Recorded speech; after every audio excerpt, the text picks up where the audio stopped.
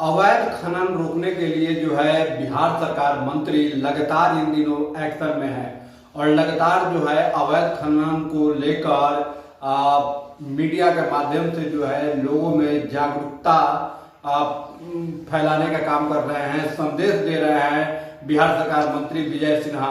और आज इसी क्रम में जो है अभी प्रदेश कार्यालय में उन्होंने प्रेस वार्ता किया है विजय सिन्हा, और जो कि प्रेस वार्ता कर अवैध खनन के बारे में जो है बड़ा बयान दिया है। क्या कुछ अपने इस प्रेस वार्ता के संबोधन में कह रहे हैं बिहार सरकार के उप मुख्यमंत्री विजय सिन्हा, आइए आपको सीधा उनके प्रेस वार्ता में ले चलते हैं। बने रहिए न्यूज मंच के साथ। न्यूज मंच के लिए शिवम कुमार के साथ विशाल वैभव, पटना।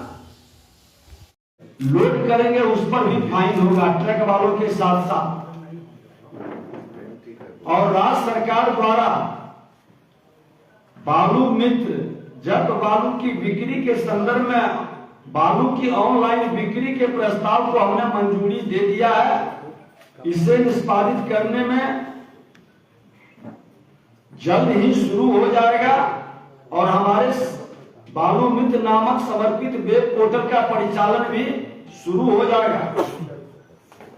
इससे समान मानक मूल्य पर बालू की आपूर्ति की जाएगी और इस तरह से भोजपुर,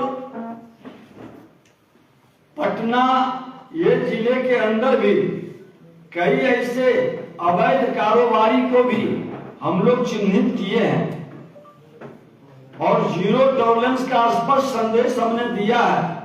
बार बार आप लोगों के माध्यम से उन्हें सुधरने का हमने अवसर दिया, लेकिन बहुत लोग तो सुधर गए, लेकिन कुछ लोगों की आदत नहीं सुधरी है। तो अब सरकार उस पर सख्त कार्रवाई करेगी, कड़ी कार्रवाई करेगी। और हमने कहा है कि जो पदाधिकारी गलत तरीके से माफियाओं के साथ मिलकर सरकार के राजस्व को नुकसान पहुंचाएंगे, वैसे लोग बख्शे नहीं जाएंगे। वैसे लोग भी चिन्हित हो रहे हैं। अभी तक हमारे पास पीला बालू का 463 घाट, उजला बालू का 523 घाट और नीलामी जो हुआ है वो बहुत कम संख्या में है। संचालित अभी 193 घाट है। हमने जिलाधिकारी से कहा है कि जब तक अवैध बालू का खनन करेंगे, इनकी बंदोबस्ती नीलामी ये नहीं ले पाएंगे। इसलिए पूरे शक्ति के साथ अवैध खनन पर रोक लगाएं। पटना जिला के अंदर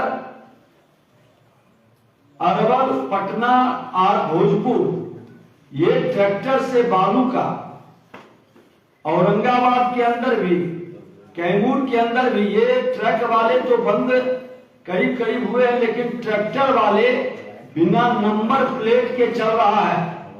जिस थाने के तहत ये गाड़ी पार करेगी, और हमने प्रधान सचिव से, मुख्य सचिव से और डीजीपी से भी एक बैठक करने जा रहे हैं और आग्रह करेंगे कि सभी थाने के अंदर सीसीटीवी कैमरा लगे। जिस थाना क्षेत्र के अंतर्गत वो गाड़ी निकलेगा, उस थाना का जिम्मेवारी भी तय की जाएगी।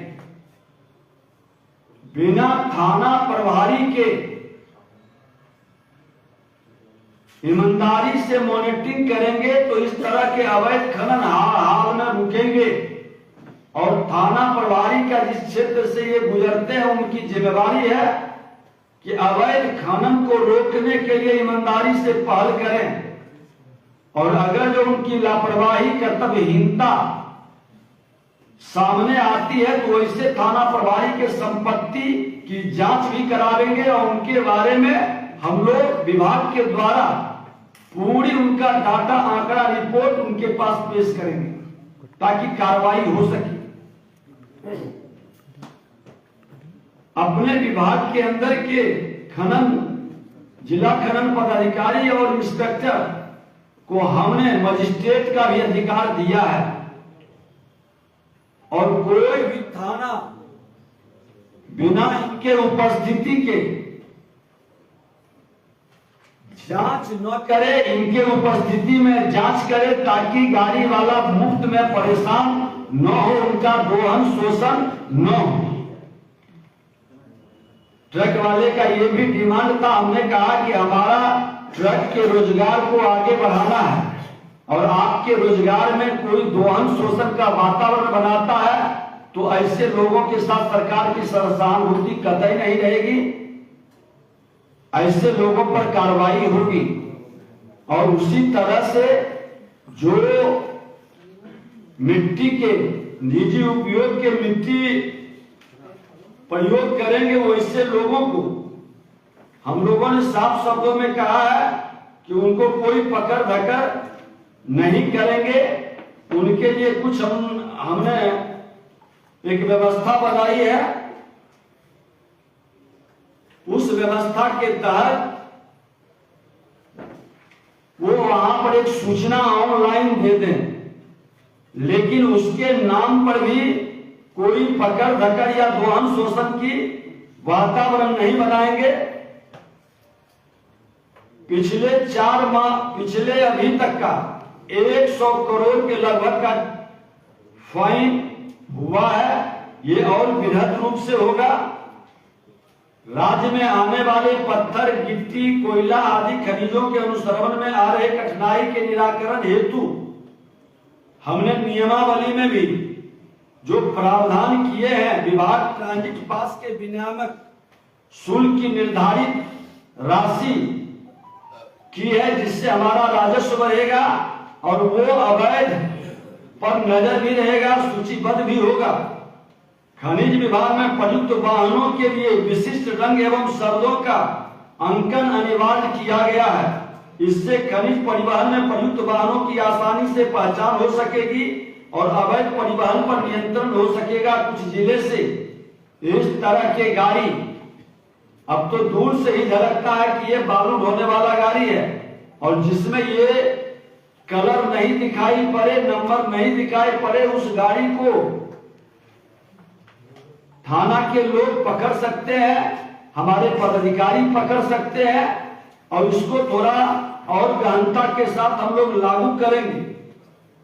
बाढ़ के कारण कृषि योग्य भूमि पर धूस, बालू मिश्रित मिट्टी जमा होने से कृषकों को जो समस्या उत्पन्न हुई थी, वो भी नियमावली के अंदर संशोधन हमने किया है और खनिज निपटान परमिट देने का हमने प्रावधान किया। इसके उठाव के लिए यह परमिट अत्यंत कम स्वामित्व का भुगतान कर प्राप्त किया जा सकता है, लेकिन इसके नाम पर कोई परेशान उनको नहीं करेंगे, पकड़ धकड़ करके वसूली नहीं करेंगे।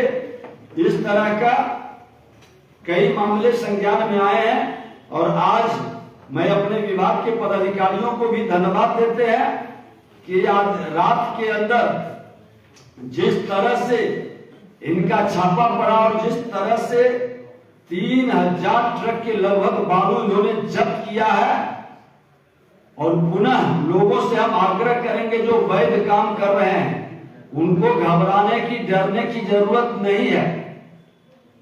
कोई भी व्यक्ति मेरे विभाग के अंदर अगर जो गलत परेशान करता है, विभाग सुनवाई के लिए तैयार बैठी है। हमने एक व्हाट्सएप नंबर भी जारी किया है 9472238821। गाड़ी वाले को परेशानी है, उनका चालान का टाइम पार कर गया, जाम के कारण, एक्सीडेंट के कारण, गाड़ी में खराबी के कारण, वह तुरंत इस पर अपने लोकेशन के साथ सूचित कर सकते हैं। ये उद्योग के रूप में हमारा लघु खनन हो या बृहद खनन हो, बिहार एक नई दिशा की ओर कदम बढ़ाया है। हम लोगों को भी मानसिक तौर पर तैयार होकर के इस ओर कदम बढ़ाना है कि हमको राजस्व आज लगभग इस विभाग के माध्यम से सरकार का राजस्व जितना आता था उसका डबल राजस्व आ गया है, और अभी बहुत काम करने का वर्किंग मंथ और डे अभी बाकी है।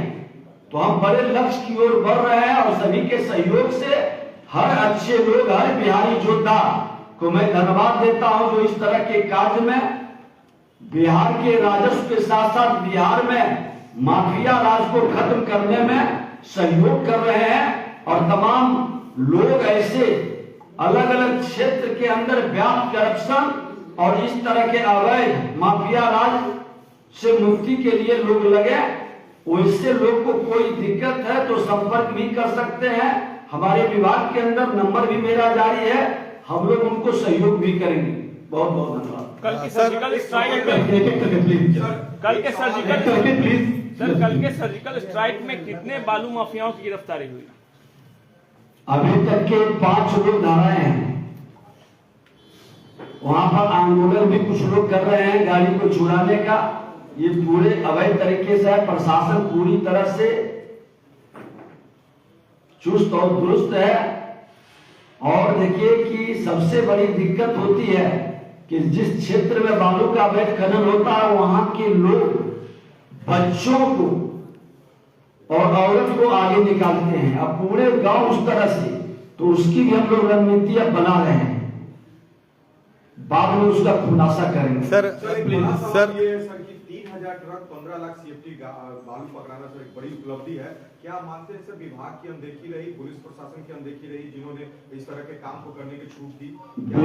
विभाग की अनदेखी रहती तो आपको जानकारी हो कि 100 करोड़ के लगभग विभाग फाइन करके पकड़ चुका। और आपने देखा है कि भागलपुर हो, लखीसराय हो, कई जिले के अंदर कई ट्रक पकड़ाया है।